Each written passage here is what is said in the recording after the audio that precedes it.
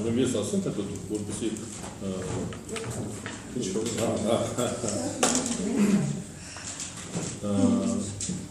նախ ես ֆորում բացվեցի, որտեղ անկախության մասին հենց որ մենք խոսում ենք, ես արդեն հանձնվում եմ։ Հիմա թուլացան իմ դիրքերը։ Ես վերջի մի քանի նախադասություն ուղղակի ինձ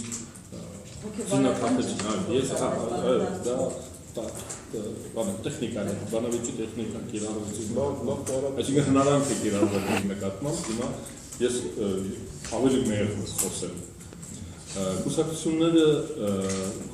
կայացած չեն և քաղաքական իշխանությունը 25 տարվա ընթացքում, այն ժամանակ, երբ որ 10 տարի ես նույնպես եղել եմ իշխանությունում, ոչ այնքան ազդեցիկ, բայց եղել։ Նույնիսկ երբ ազգային ժողովի պատգամավորը փոքրամասնության խմբում է, նա նույնպես իշխանություն բոլոր ժամանակներում փոքրամասնության կարծիքը որևէ ձևով հաշվի են առնում, եթե դա լուրջ բան է, ընդհանրապես հաշվի են առնում։ Մենք պետք է ելնենք նրանից, որ Հայաստանի իշխանությունները այդ բանի խոհեմության կանխավոր կարծիք ունեն։ Այդպես չէ իրավաբանորեն, դավաճանների, հոգեկան հիվանդների հետ գործ չունենք։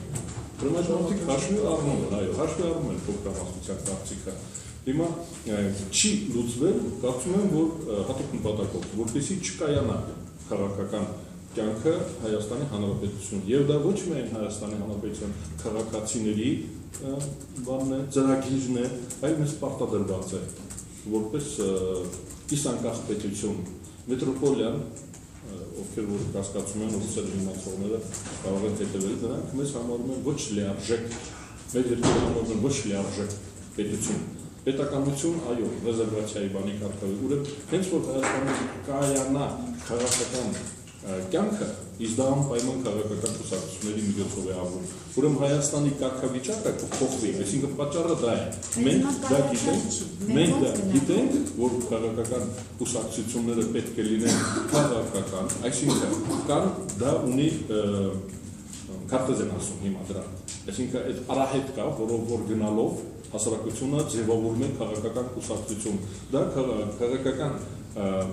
կուսակցությունների անկախությունն է։ Այսինքն մեխանիզմներ կան, փակող, օրինակ մի հոգի իրավունք չունի, աշխարհի շատ երկրներում հենց այդպես է։ Անդամավճար տա ոչ ավել քան թե իր աշխատավարձի տասնապատիկն է։ Կորպորացիան ոչ ավել քան թե 100-ապատիկ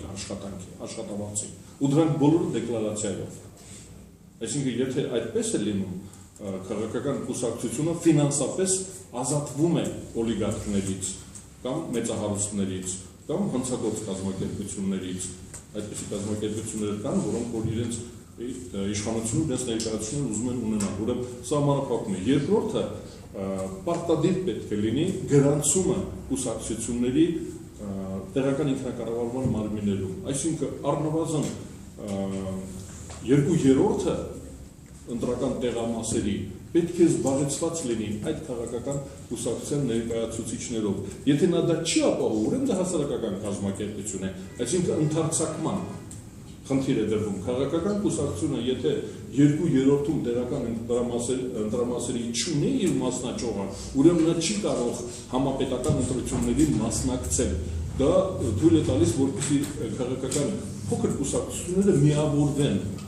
միացնեն իրենց ուժերը։ Այսինքն եթե այդպիսի պարզ ունակ, ես ասեցի շատ պարզ բաներ, չէ՞, ֆինանսավորումը անպայման պետության կողմից, ոչ թե թողնում են այդպես մի քանի 100 դրամի իրականում անդամավճար պետք է տրվի։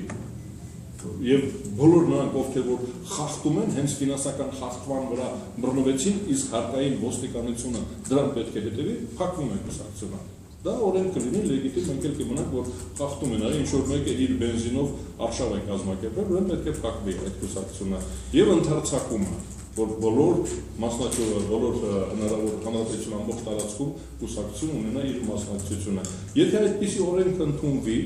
Հայաստանի Հանրապետությունը շատ արագ կքաղաքականանա, կլինի ազատ մրցակցություն, կլինի նաև, ես մի փոքր օրինակ բերեմ, Գերագույն խորհրդում 70 հոգի գիտնականներ Հայաստանի Հանրապետությունում եղել է ազգային ժողով, որտեղ գրեհկաբանությունը արգելված էր։ Այսինքն դա համարվում էր անպատեշտություն։ Մեկ ուղղակի չէին կարող, ես այն անհարմար էր այնտեղ ինչ-որ ցածր մակարդակի խոսակցություններ վարել։ Հրանտ Մաթևոսյանը պատգամավոր Սարգիս Մուրադյանը, Վարդգես Պետրոսյանը, Կարեն Յուսուփաշյանը, ուզում ասեմ, որ մենք, այսինքն հայ ժողովուրդը գիտի իր քաղաքացիների որակը։ Երբ որ դա չի ապահովում, ուրեմն խուժանը ներխուժում է իշխանություն, եւ քանի որ նա